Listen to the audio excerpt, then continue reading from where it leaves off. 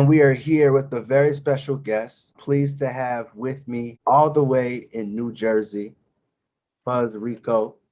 You're What's going on? How you doing? what's good with you? I'm chilling. Just want to ask you, how are you doing?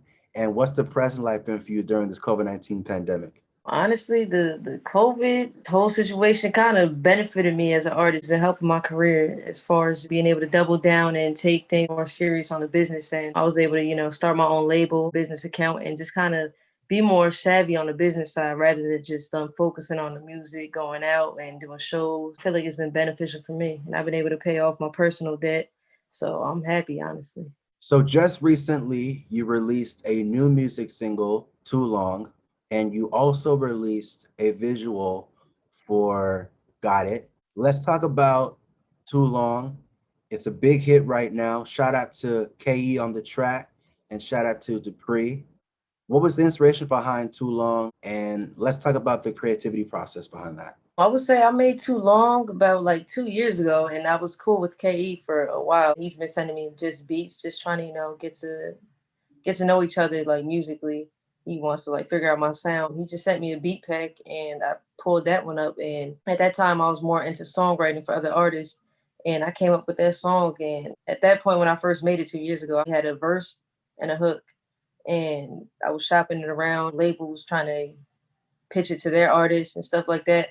And 2 years later, I realized that, like no one really picked it up. So I'm like, well, if everyone loves this song and is trying to pitch it, let me go ahead and just pitch it to myself. And so that was that. And then when I released the song, I ended up hitting up Dupree like, hey, I need your information for the splits. And then he just listened to it. He was like, yo, this song is crazy. Record was very organic the way it just happened. Like everything was just very natural. Nothing was forced. And I'm just honestly grateful for that record.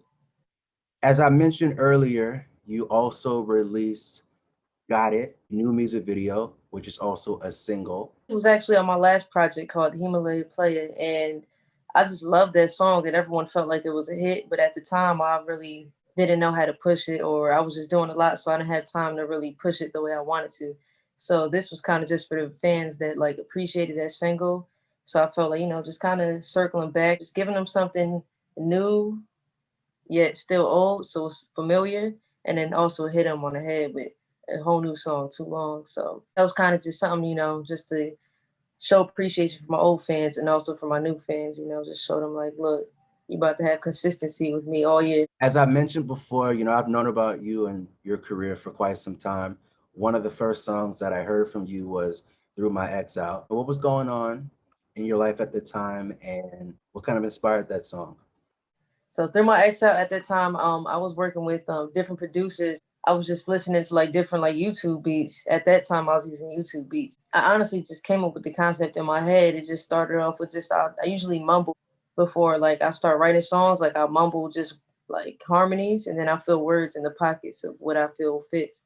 And it honestly just clicked. I don't know how to explain further than that. It was just the organic feeling like I was freshly just out of a relationship at that time. So it kind of just made sense. When you were growing up and you wanted to do something in your career with music, did you ever have any of the career goals in mind at the time? When I grew up, I honestly loved basketball. Like I felt like I was gonna be the first girl in the NBA. I would say it was around like seventh grade during the summer. I was visiting my father in Atlanta, Georgia, and I just told him I was like, "Hey, I'm bored," and he was just like, "If you bored, you either gonna write an essay and read some books, or figure out something to do on your free time." And I was just on YouTube looking up beats, and then I made like one of my first songs then, and it was trash, but it kind of motivated. It started me up. So I was listening to like Bow Wow songs and kind of flow and just change the words to make it my own song. And that's how I kind of learned how to start doing music. As far as my family, like my mother always used to play like R&B records, like throwback R&B records when she's cleaning the house. And then my dad was real hip to the music too. So it was always there. Just and it just inspired me in a different way. In your career, you released two projects. Your first project was Forever Maccin, which is a mixtape, and you released an album, Himalayan Playa. Let's talk about your two projects that you released and what has been the growth and the development from the first to the second. Forever Mac Back in the 2014, I just graduated like 2 years prior. I felt like I wanted to take music serious. I would say it's been a huge growth. I first started off with YouTube beats for Forever Maccin, and I didn't really know any producers. And I was working with the engineer. His name is Rob McCoy. Shout out to him. I was just getting to know myself as an artist, and I was creating this, the art, like just building my brand. Himalaya Playa was more so now I already know myself. I'm in my bag, and let me just live in this brand that I created. So I feel like the growth is just like I started off with literally no resources, just building my way up. And then Himalaya Playa, I was able to actually work with producers that I built relationships with and owned my project instead of working off of YouTube. Knowing that you've come this far in your career with lots of success, what is something that you wish you would have known when you first started out in your career? And what has been some of the early challenges or adversities that you had to overcome to get you to the point where you're at today? My biggest challenge was owning your music and owning yourself as a brand and an artist is the biggest thing overall. You can honestly sign yourself. And one thing I've been telling other artists is instead of looking for an advance or money from a label, go build your credit and get money from a bank. That's different than not owning your music. And I think I learned that the hard way through signing deals and taking a short end of the stick, realizing like sometimes, people might think that they have your best interest, but really, at the end of the day, it's kind of like everyone's looking out for themselves. So you got to look out for yourself and be your own CEO.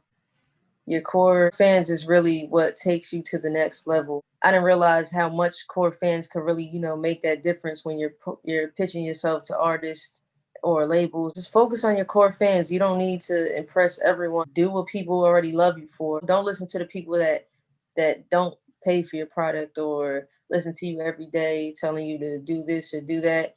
And just, just love your music and love yourself and provide for those that really ride for you. Your core fans is number one. They're the ones that's putting money in your pockets and, feeding you, holding you down. In your career, what has been some of your memorable experiences? Being on stage with Too Short, one of my homies, Jen Love, invited me out to Vegas with him for a weekend trip. Too Short invited him to, and we were all on stage. And Too Short just told me to like get on the mic, and I couldn't turn down that opportunity.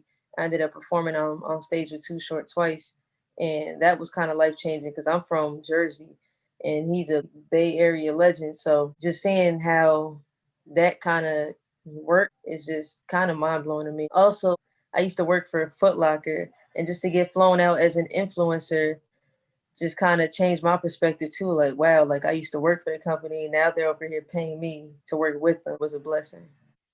So, what are you presently working on right now in music, and what are some of the future projects that we should be looking out for? I'm currently working on my second album that I have coming out, and I'm also working on another project with Dupree, working on an EP just based around Too Long. And just more visuals. I'm just trying to be consistent all year, grow my label, grow as a business person, entrepreneur, and that's really it. You mentioned a new EP that you're working on with Dupree. What can we expect off of your new EP that you're working on? It's going to be executive produced by him, and it's just a very up tempo, fun project. We want to have fun, up tempo records, something short and sweet for the fans, just to kind of give them something to follow up for the album. And when people look back on your career and of all the success that you've been having, what would you like your legacy to be? Short and simple, it'll be follow your dreams. Like if I could do it, anyone else could do it. I started with zero resources and I built my way up through just, just following up with people on social media and just being about my word and being creative as an artist and being creative with building my brand and just getting my word out there. And we are here with Fuzz Rico, definitely a rising star in the industry, definitely somebody who's doing a lot of great things out there in her career. So make sure you guys stay up in her career. And just want to say, I appreciate your time and wish you all the best. Thank you, bro. Appreciate you.